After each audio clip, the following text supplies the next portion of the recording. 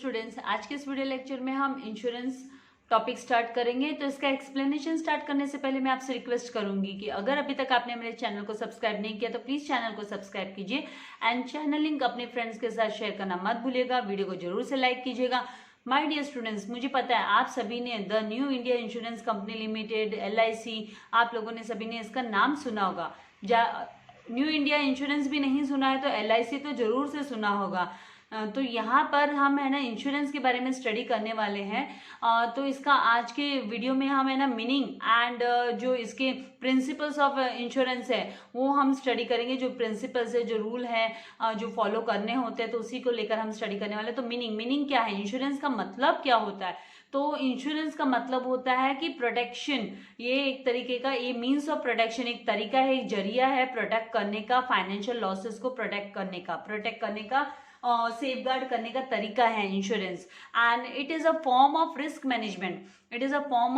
Management, जो कि risk को मैनेज करता है and primarily used to hedge against the risk of contingent and uncertain losses. जो भी कंटिंजेंट लॉसेस है, अनसर्टेन लॉसेस है, जो मतलब है ना एक्सपेक्टेड कि भाई है ना अचानक कोई लॉस अराइज हो सकता है, कोई भी रिस्क अराइज हो सकती है, तो उसको है ना ये कवर अप करता है, इसको कवर करके देता है। इंश्योरेंस है वो कवर करके देती है, उसको सेफगार्ड करती है, उसके लिए कवच बन जाती है। Now insurance is a contract. ये क्या है? ये कॉन्ट्रैक्ट है। और किसके बीच में होता है ये कॉन्ट्रैक्ट? ये ध्यान देने वाली बात है कि किसके बीच में कॉन्ट्रैक्ट होता है। तो ये कॉन्ट्रैक्ट है ना इंश्योरर एंड इंश्योर्ड के बीच में, इंश्योरर एंड इंश्योर्ड के बीच में ये कॉन्ट्रैक्ट होता है। वेयर बाय द इंश्योरेंस, जहां पे ना इंश्योरर जो है वो अग्री करता है to compensate the insured against losses. जो इंश्योर्ड का जो भी लॉसेस होता है, फ्यूचर में जो भी लॉसेस अराइज होने के, जो अनसर्टेन लॉसेस हो सकता है, इट मे टेक प्लेस और it may not take place. तो यहाँ पर जो इंश्योरर होता है, जो इंश्योरेंस पॉलिसी देती है, जो कंपनी, वो इंश्योरर होती है। जो इंश्योरेंस कंपनी इंश्योरेंस पॉलिसी देती है वो इंश्योरर होती है। और जो इंश्योरेंस पॉलिसी रिसीव करने वाला बंदा होता है उसे इंश्योर्ड बोला जाता है। तो उसके लॉस को कंपेंसेट करने का प्रॉमिस करता है insurer. The insured has to pay. तो उसके लिए इंश्योर्ड को क्या फ्री ऑफ कॉस्ट ये सर्विस मिलने वाली है? क्या ये सर्विस ही होगी एक तरीके की? तो ये फ्री ऑफ कॉस्ट नहीं मिलती है, यहाँ पर उसे पे करना होता है। इंश्योर्ड को पे करना होता है बिगनिंग में। उसको जब इंश्योरेंस पॉलिसी निकालता है वो कंपनी के, तो उसे पे करना होता है। Pay a certain fixed sum of money उसे पे करना होता है ऑन टाइमली बेसिस, समय समय पर, टाइमली बेसिस पे, ईयरली, या अगर वो मंथली का प्लान लेता है, depends on the insurance plan. कौन सा प्लान लिया गया उसके ऊपर डिपेंड करता है। या वन टाइम वो पेमेंट करता है, fixed sum of money pay करता है टू द इंश्योरर को पे करता है। और उसी के एज इसका मतलब उसने पॉलिसी ली, इंश्योर्ड ने, इंश्योरर कंपनी, जो इंश्योरर है LIC है या new India insurance company limited है, तो उनसे अभी तो बहुत सारे पॉलिसी इंश्योरेंस कंपनीज है ना मार्केट में है। ये तो जस्ट आप लोगों के लिए सबसे पुरानी इंश्योरेंस कंपनी है, तो एग्जाम्पल के तौर पे बुक में भी ये दी हुई है। तो यहाँ पर इसके सम बेसिक टर्म्स है in insurance are as follows. तो आपको ये टर्म्स को जानना जरूरी है। तो पहला टर्म हो गया इंश्योरर।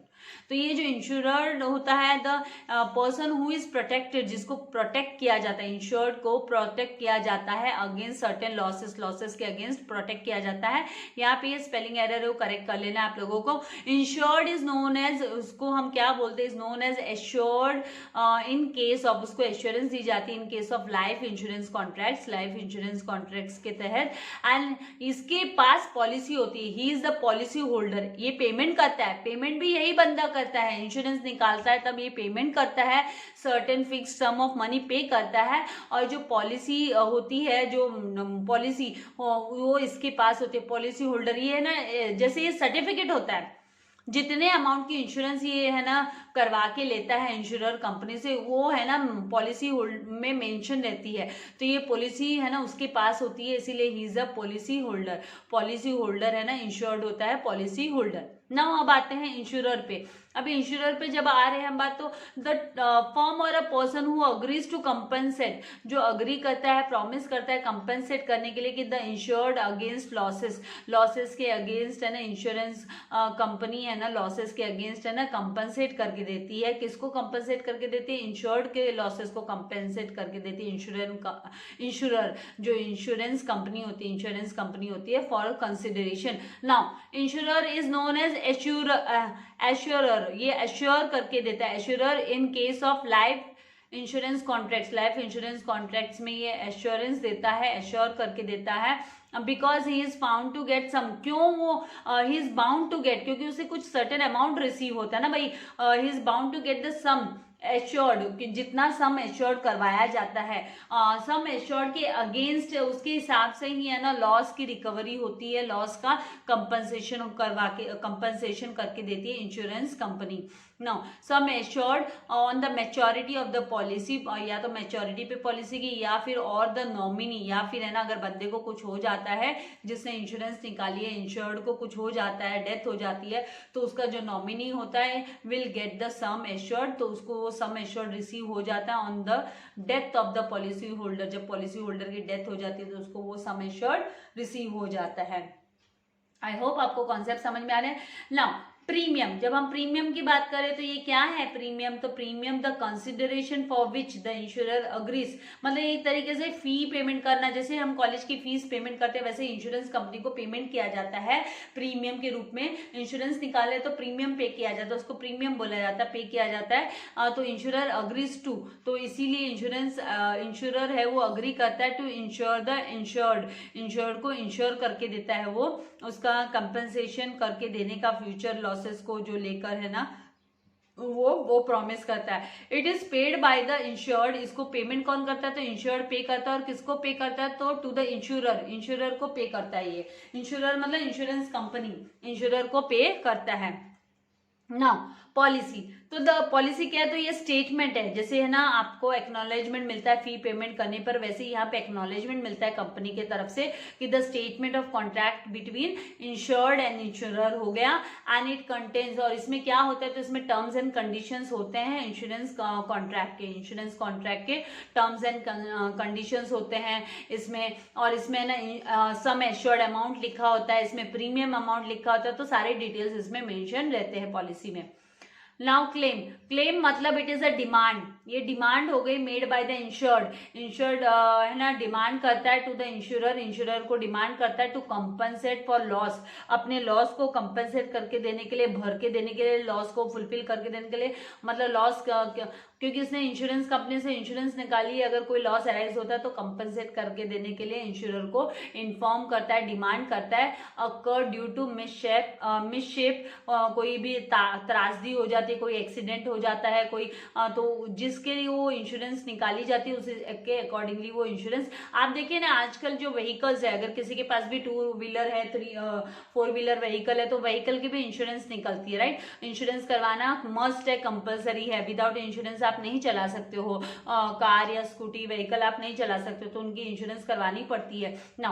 प्रपोजल क्या होता है? तो इट इज रिटर्न रिक्वेस्ट, ये रिटर्न रिक्वेस्ट होती है बाय द इंश्योर्ड है ना, वो रिटर्न रिक्वेस्ट देता है टू द इंश्योरेंस कंपनी को टू इशू करके देने के लिए एन इंश्योरेंस पॉलिसी, एक इंश्योरेंस पॉलिसी इशू करके देने के लिए रिक्वेस्ट करता है, रिटर्न में रिक्वेस्ट करता है, उसे प्रपोजल कहा जाता है। नाउ सब्जेक्ट मैटर का मतलब क्या होता है? तो subject matter it refers to the subject of entity that is life की, प्रॉपर्टी की, कार्गो की, शिप की, तो ये सब्जेक्ट ये it refers to the subject matter और एंटिटी, लाइक लाइफ इंश्योरेंस निकाला है, प्रॉपर्टी का इंश्योरेंस निकाला है, कार्गो और शिप का इंश्योरेंस निकाला है, मतलब मरीन इंश्योरेंस जिसे हम बोलते हैं, एक्सेट्रा, विच इज इंश्योर्ड, जिसे इंश्योर्ड किया जाता है, against which the policy is taken, जिसके अगेंस्ट है ना पॉलिसी ली जाती है।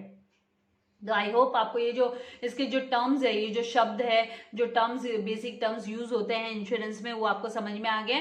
नेक्स्ट हम मूव करते हैं प्रिंसिपल्स ऑफ इंश्योरेंस के, कौन कौन से प्रिंसिपल्स है वो फॉलो करने होते हैं। तो सबसे पहला प्रिंसिपल है principle of utmost good faith.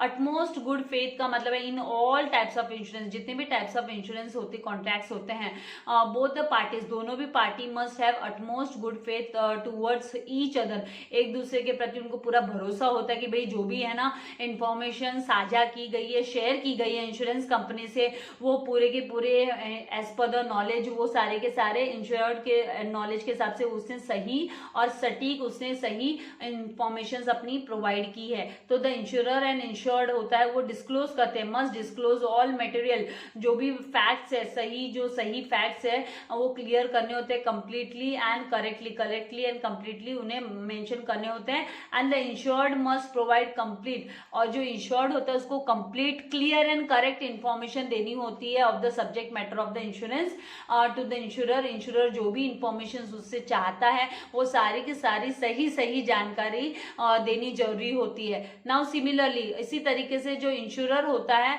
वो भी सही इंफॉर्मेशन है ना, रेलेवेंट इंफॉर्मेशन जो है ना टर्म्स एंड कंडीशन को लेकर है, कॉन्ट्रैक्ट के, इंश्योरेंस कॉन्ट्रैक्ट के जो टर्म एंड कंडीशन को लेकर है वो सही साझा करता है, शेयर करता है इंश्योर्ड से इंश्योरेंस कंपनी भी। फेलियर टू प्रोवाइड कंप्लीट, अगर है ना इन दोनों में से कोई भी अगर है ना कंप्लीट इंफॉर्मेशन नहीं प्रोवाइड कर पाते, करेक्ट या क्लियर इंफॉर्मेशन नहीं देते हैं, जानबूझ के नहीं देते हैं, तो उस केस में तो फिर है ना it may lead to non settlement of claim, तो फिर है ना सही सेटलमेंट नहीं हो पाता है क्लेम का। तो यहाँ पर एग्जाम्पल भी दिया हुआ है, तो एग्जाम्पल के थ्रू समझेंगे कि फॉर एग्जाम्पल यहाँ पर मिस्टर शांतनु, ये मिस्टर शांतनु है, हैज नॉट प्रोवाइडेड इंफॉर्मेशन, उन्होंने है ना इंफॉर्मेशन प्रोवाइड नहीं की रिगार्डिंग हिज हार्ट सर्जरी की, भाई उसको हार्ट सर्जरी हुई है उसकी, वो इंफॉर्मेशन उसने इंश्योरेंस कंपनी को नहीं दी at the time of taking policy, जब वो पॉलिसी निकाल रहा था कंपनी से, तो उसने ना अपनी हेल्थ की जो है, उसका जो हेल्थ इश्यू है, उसकी जो सर्जरी हुई है, ऑपरेशन हुए हैं, वो सही इंफॉर्मेशन उसने साझा नहीं की। तो आफ्टर हिज डेथ, तो उसकी डेथ के बाद में ना इंश्योरेंस कंपनी आती है, comes to know, insurance company को फैक्ट पता चलता है कि भाई उसको तो हार्ट प्रॉब्लम थी। As mister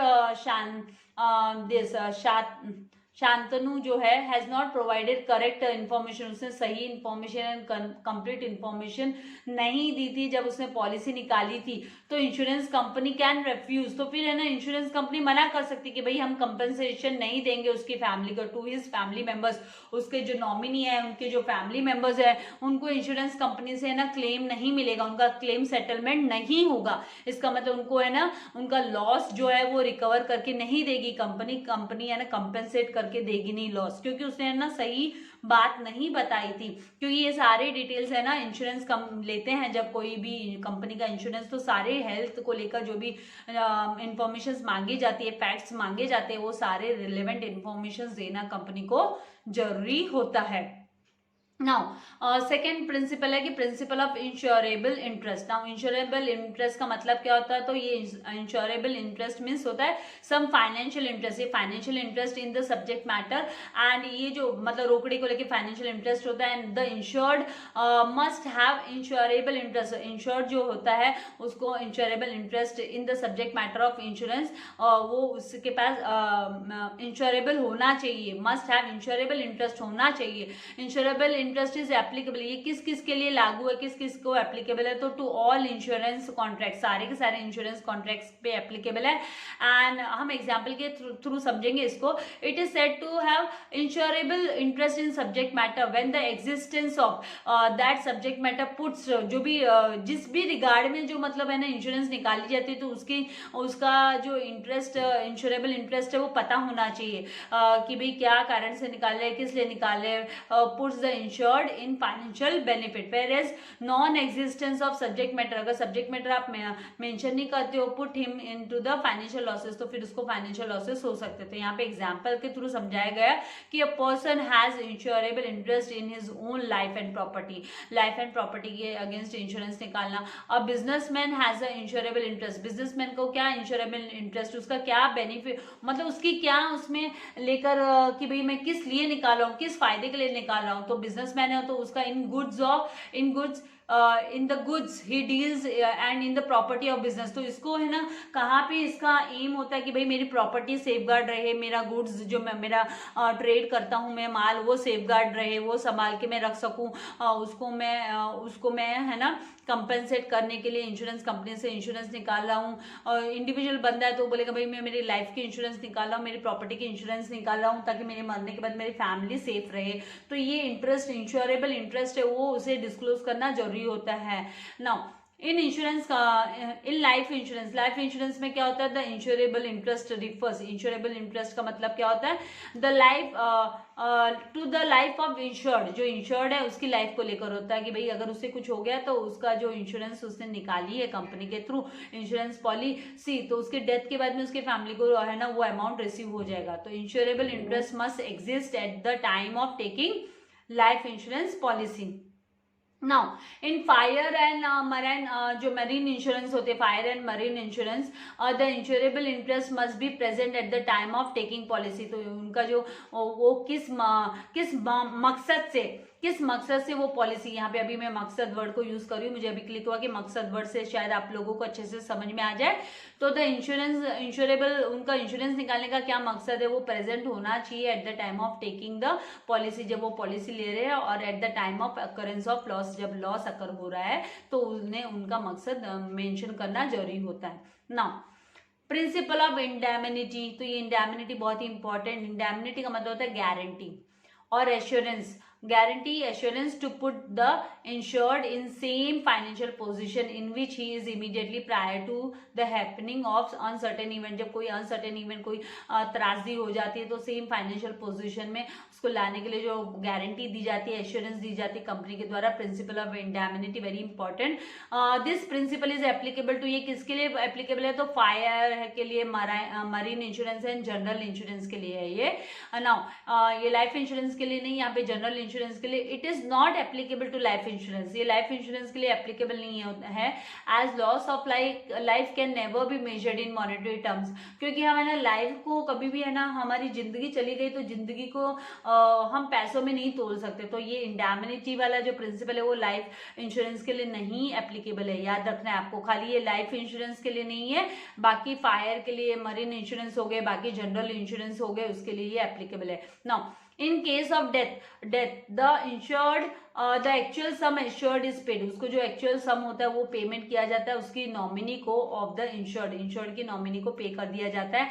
and under this principle, ये प्रिंसिपल के अंडर में द इंश्योरर अग्री करता है to compensate the insured for the actual loss suffer, जो एक्चुअल लॉस सफर होता है उसके बारे में ये वाले कि भाई जो तुमको एक्चुअल लॉस सफर होगा तो उसका हम पेमेंट करेंगे। So the amount of actual compensation is limited, क्योंकि ये अमाउंट लिमिटेड होता है, limited to the sum insured, sum assured किया है उसके, सम एश्योर्ड के अगेंस्ट ये कंपनसेशन दिया जाता है, और लॉस के against whichever is less, जो भी कम हो। मतलब यहाँ पे जो अमाउंट एश्योर्ड, जितने अमाउंट की सम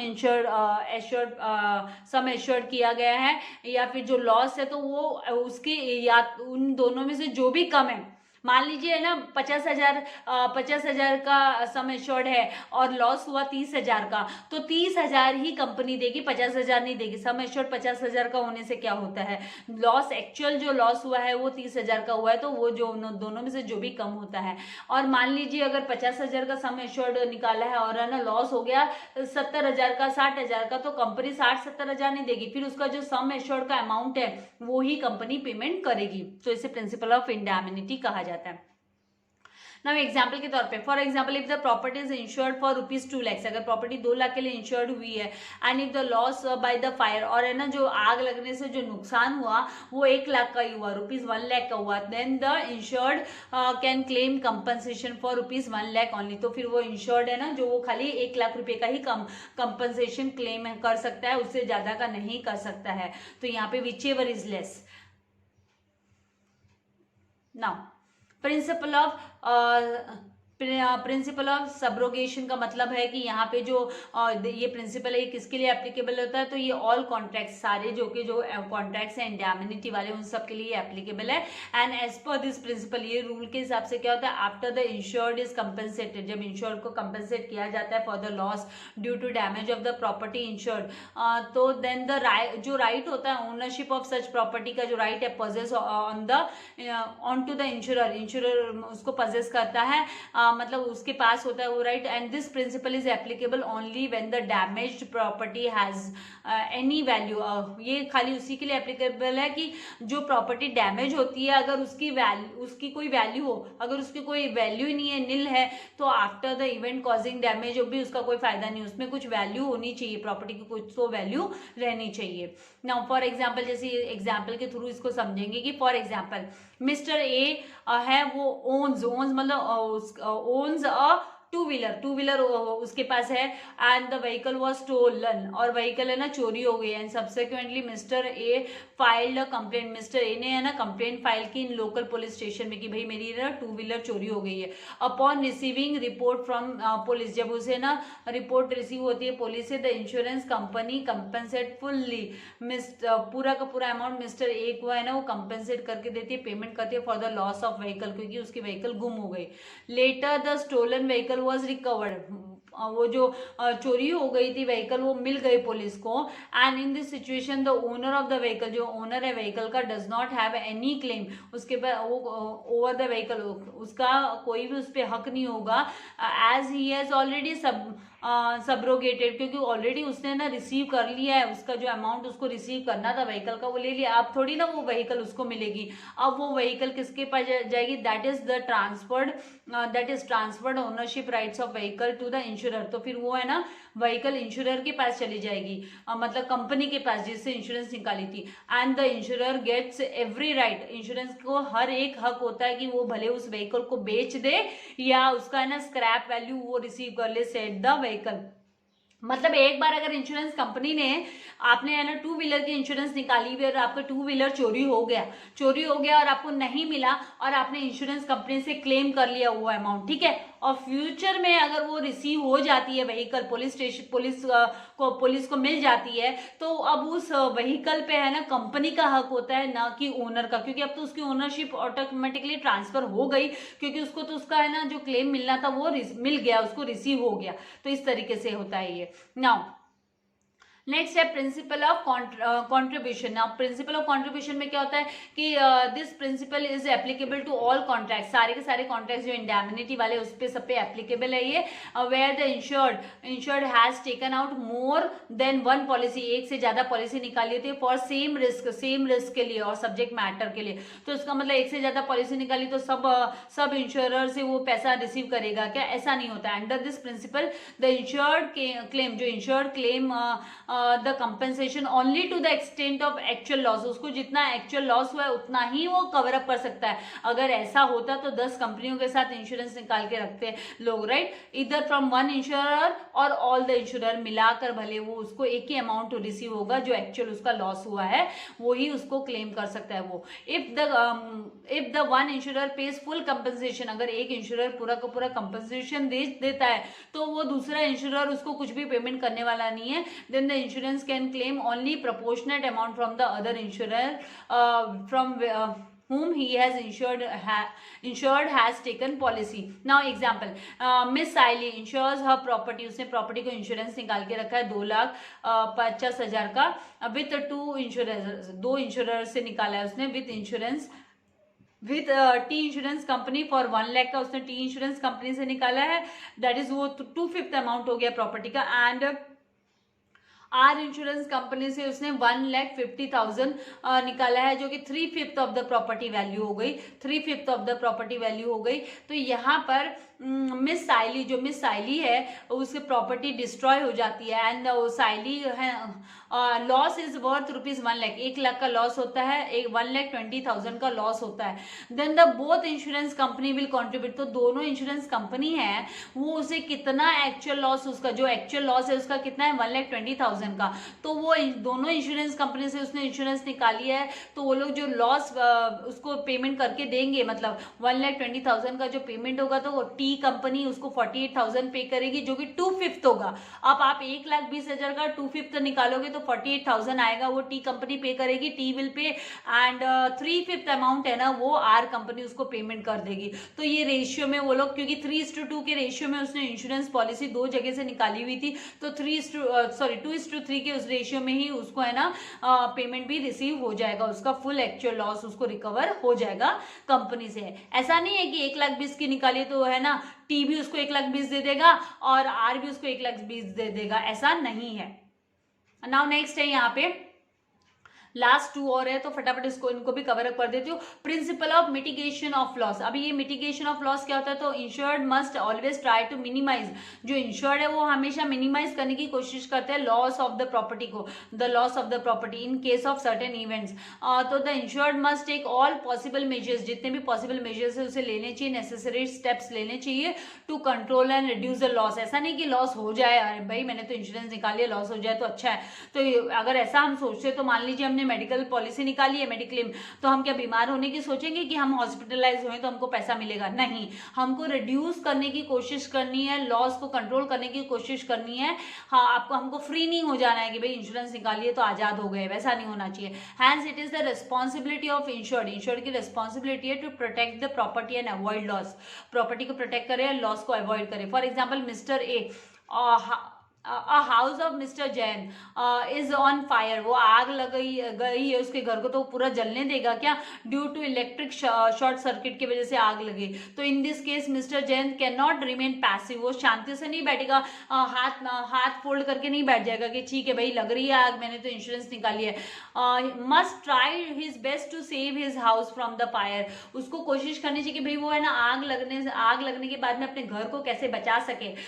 तो mister Jain must be active and can not watch his house burn, वो अपना घर को जलते हुए ना देखे just because house is insured, उसकी इंश्योरेंस निकालिए तो वो जलते हुए देखेगा, ऐसा नहीं होना चाहिए। तो principle of mitigation of loss follow करना है। Then principle of causa proxima, तो कॉजा प्रॉक्सिमा का मतलब होता है कि यहाँ पर जो लॉस है वो caused by more than one causes, एक कारण से ज्यादा कारणों की वजह से लॉस जो होता है उसे कॉज प्रॉक्सिमा कहा जाता है। When loss is caused by more than one causes then proximate cause of loss should be taken into consideration, proximate cause should be taken into consideration to decide the liability of insurer, भाई insurance की कितनी liability, वो कितना payment करेगा insured को। So the property is insured against some causes, कुछ causes के against property अगर insured है तो not against all causes, बहुत सारे causes की वजह से, सारे reason के लिए property की insurance नहीं निकली है। तो अगर दूसरे reasons की वजह से not जो causes को insurance नहीं किया गया है तो फिर वो वाला loss है ना कंपनी रिकवर नहीं करेगी। In such a case proximate cause of loss is to be found, कि भाई कौन सा मेन कारण proximate cause कौन सा है। And if the proximate cause is the one which is insured against, अगर वो इंश्योर किया गया है वो कारण की वजह से अगर नुकसान हुआ है तो insurance company is bound to pay the compensation, तो कंपनी उसको है ना कंपनसेट करके देगी। और अगर उसकी वजह से नहीं हुआ है, उस कारण की वजह से, जिस कारण की वजह से इंश्योरेंस निकाली गई उस कारण की वजह से लॉस नहीं हुआ है तो कंपनी नहीं पे करेगी, company is not liable to pay. For example a house was insured against the risk of theft, चोरी को सोचकर है ना इंश्योरेंस निकाली गई है घर की। And there was a theft in the house, घर में चोरी हुई and before leaving the house was set up on the fire by thieves, और घर को छोड़ने से पहले ना चोरों ने घर से चोरी तो कर ली और चोरों ने घर को आग भी लगा दी। तो अब इंश्योरेंस कंपनी आग लगने से जो नुकसान होगा वो पेमेंट नहीं करेगी। Now there are two causes, दो रीजन हो गए लॉस के, भाई बंदे को लॉस हो गया, इंश्योर्ड को लॉस हो गया, दो कारण हो गए, एक तो थेफ्ट और एक फायर, एक तो चोरों के वजह से, चोरी की वजह से, और दूसरी आग लगने से। तो and the nearest cause of loss was fire, nearest cause है वो फायर है, आग लगने की वजह से। तो as the house was insured against theft, house है ना चोरी की वजह से, चोरी के अगेंस्ट है ना उसका इंश्योरेंस निकला है, not by the fire, fire की वजह से नहीं। तो the insured will not get any compensation from insurance company for loss by fire, loss by fire की वजह से उसको कोई भी कंपनसेशन रिसीव नहीं होगा। हाँ, लेकिन चोरी जो हुई है वो चोरी जितने का चोरी उसकी प्रॉपर्टी में से चोरी हुई है, but he will get the compensation for the property lost by theft, theft की वजह से, चोरी की वजह से जो जो उसका नुकसान हुआ, उसका सोना चोरी हो गया, उसका रोकड़ा चोरी हो गया, तो वो सबका कंपनसेशन कंपनी करके देगी। लेकिन आग लगा दी चोरों ने जाने से पहले, तो आग वाला लॉस बाय फायर वाला कंपनसेशन कंपनी नहीं करके देगी, क्योंकि कंपनी से इंश्योरेंस उस तरीके की निकाली नहीं गई थी, ओनली रिस्क ऑफ थेफ्ट वाली इंश्योरेंस निकाली गई थी। तो इस तरीके से आपको ये स्टडी करना है। तो आई होप आपको इसके कॉन्सेप्ट क्लियर हो गए हैं। तो वीडियो को क्विकली वाइंड अप कर देते हैं, क्योंकि काफ़ी लेंदी हो गया वीडियो आप लोगों के लिए। नेक्स्ट वीडियो में मैं आपके लिए टाइप्स ऑफ इंश्योरेंस लेके आऊँगी। तो तब तक के लिए आप लोग, तो वीडियो को यही वाइंड अप करती हूँ। तो तब तक के लिए आप लोगों को ये रिवाइज करना है एंड वीडियो को लाइक करना एंड शेयर करना नहीं भूलना है। Thank you very much. God bless you all dear students.